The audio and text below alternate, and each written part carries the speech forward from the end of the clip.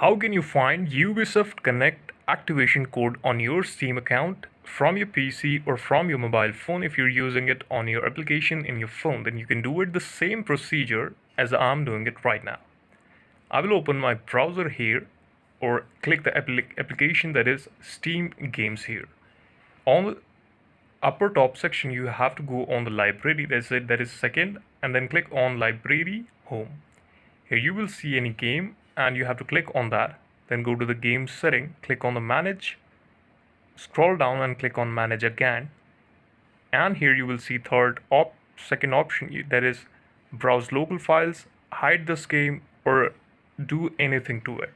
So you can customize these settings just from this menu by clicking any game on your library on your Steam account.